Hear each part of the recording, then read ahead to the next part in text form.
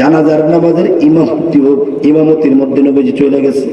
4টা তাকবীর দিয়া হাদিস শরীফে আছে, 4টা তাকবীর দিয়া সালাম ফিরাইছে, আসসালামু আলাইকুম ওয়া রাহমাতুল্লাহ, আসসালামু আলাইকুম ওয়া রাহমাতুল্লাহ, সালাম ফিরাইলেন। এমনি তখন জিবরাইল আলাইহিস সালাতু ওয়াস সালাম এসে ডাক দিয়া কয়, ওমর যাহা বলেছে ওই কথা আল্লাহর দরবারে কবুল হয়ে গেছে। ওমর যাহা বলেছে, ওমর যাহা বলেছে এই কথা আল্লাহ দরবারে কবুল হয়ে গেছে। আপনি কেন আসছেন? আপনি কেন আসছেন? আল্লাহু আকবার বলবেন না? আল্লাহ, আপনি কেন আসছেন? আপনি কেন আসছেন? কোন কারণে আসছেন? আপনি মুনাফিকের জানাজার নামাজ পড়ার জন্য আপনি কেন আসছেন? ওমর যা বলছে তাই সত্য, তাই ঠিক আছে।